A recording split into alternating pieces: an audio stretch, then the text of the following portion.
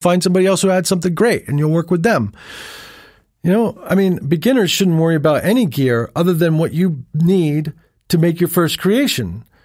And then you grow from there, like everybody else. But what's going to happen is if you go out and you buy every plugin, you buy every plugin package, and you buy, the best of this, and you buy all this stuff, you don't know how to use any of it. So you got to learn how to use all of it. Wouldn't it be better just to learn one thing at a time while you're making stuff? Because if you have to learn all of it while you're trying to record, well, then you're not concentrating on what you're recording. So that's kind of a waste of time. So you want to learn how to use the equipment along the way as you make the records. Yeah, and also you'd be totally overwhelmed. That's what I'm saying, yeah. You'd be so overwhelmed. You have too many options. You already have too many options. When I was working at, Dimension Sound, the very beginnings of my career, there weren't that many options. There really weren't. There was a plate. That was it. I bought an LXP1, a Lexicon LXP1, because we needed another reverb in there. Something a little more modern. Oh, we had an SPX 90 because they were cheap.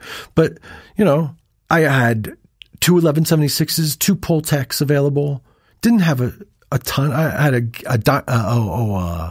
what was that? Dynamite. The Dynamite. That compressor is so good, the Dynamite. And you probably never have seen one. Nope. And so, I didn't have a lot of options. I don't know how people are supposed to make a record with all the options they have today. So I would say the discipline in the beginning is just concentrate on making the music. And you're going to hate the sound. It's going to sound terrible to you. That's okay. Your first recording is going to be terrible. There's no way around that. Yeah. If you take 10 years to make it, it'll be terrible. So that's why I say earlier, just finish records. Just make your art. It's art. Make it. You don't know if it's good until it's done. Love it. So, yeah, you basically answered my last question that I was going to ask you. So I think that's... What was that? Yeah, some wisdom you could impart on somebody getting started in music production. So all right. Well, I think you nailed it on the head there. So I think we could leave the audience with that to think about. How can our audience find out a bit more about you? Type Mixerman in Google. Ignore the Ethan Weiner hate site, though. That guy is fucking crazy. Ha! What the... He's like, every night, like, you go and you read it, and it's like the ramblings of a madman, all because he got into an internet fight with me. What a loser. Anyway, so I have my detractors. But yeah, just type Mixerman. You can go to my website and find all sorts of things about me on there. Awesome. Well, I'll put links in the show notes to your website and to check out your latest book.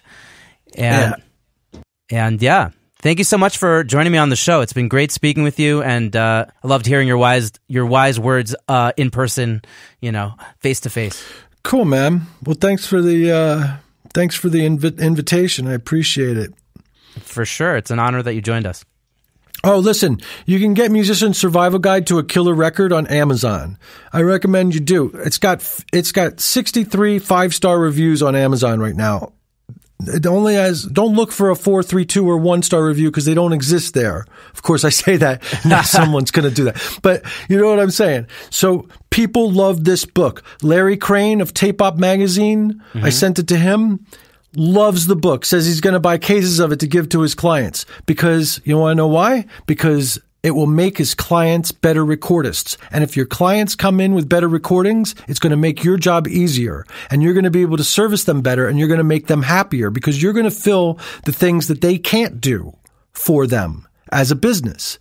And you could say, well, I want to record everything they do. Forget it. That's not going to happen. Get over that. Okay? There's some people that are going to want to record at home for some stuff and should. Why do you want to be there when someone's there trying to figure out for 3 hours how apart? You know what I mean? Oh, because I'm getting paid. Well, okay, but they don't want to pay for you to be there while they're trying to figure out a part. So they're going to record at home. So it's good for them to be successful recording at home because the more successful they are recording at home, the more they're going to realize they need you as an engineer. That's awesome advice. Well, thank you so much, Eric /Mixerman.